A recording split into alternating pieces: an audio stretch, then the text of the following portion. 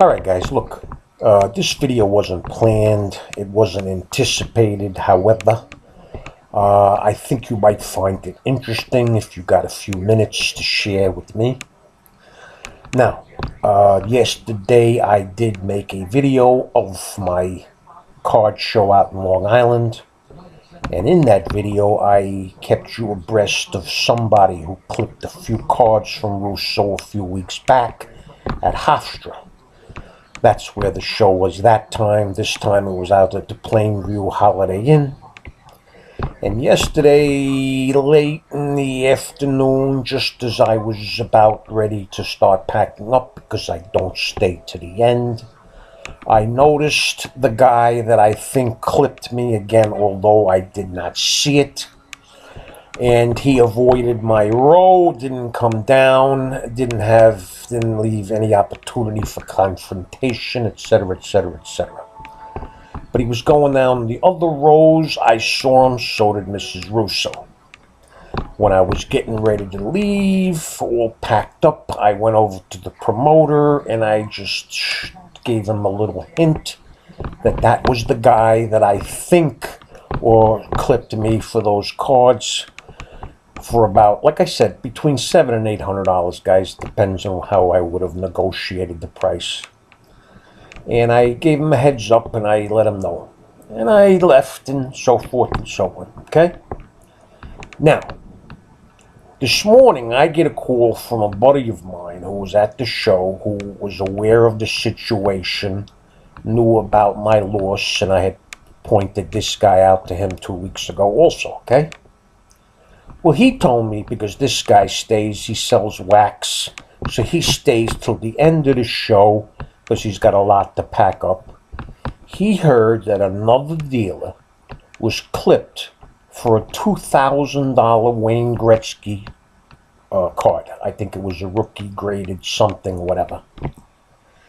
Now, that guy, and I know who the dealer was in the row that this guy was going down when I was leaving. So, again, nobody saw the theft.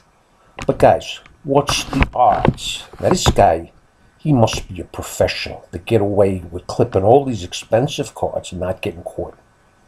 So he's good at what he does. But there's always, someone always finds a way to catch these guys. They slip up, whatever. So anyway, to make a long story short, the next show is going to be back at Hofstra in 2 weeks.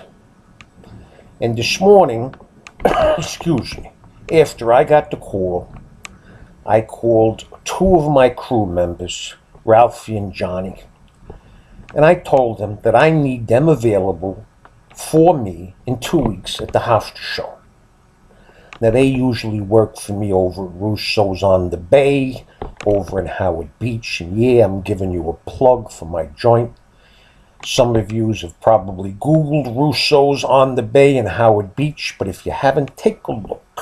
Anyway, they work there, they're the maitre d's, and they usually wear tuxedos or full-blown, Gucci or Versace suits, $2,000 or $3,000 suits, and they're built like brick shithouses, okay? And I told them I need them to make sure that they're dressed like the people who usually attend the card shows on Long Island. I told them to wear jeans and a t-shirt and a baseball hat and try to conceal the fact that they're roaming in the crowd. And I told them that if this guy ends up showing up at the Hofstra show, they know how to cover him without making it obvious. And I told them that regardless of who he may try to steal a card from, you let me know. We'll take him out in the parking lot, and I guarantee you that he will never be seen again at a card show. And whether he has the cards that he ripped off in some way, somehow, he'll make restitution, okay?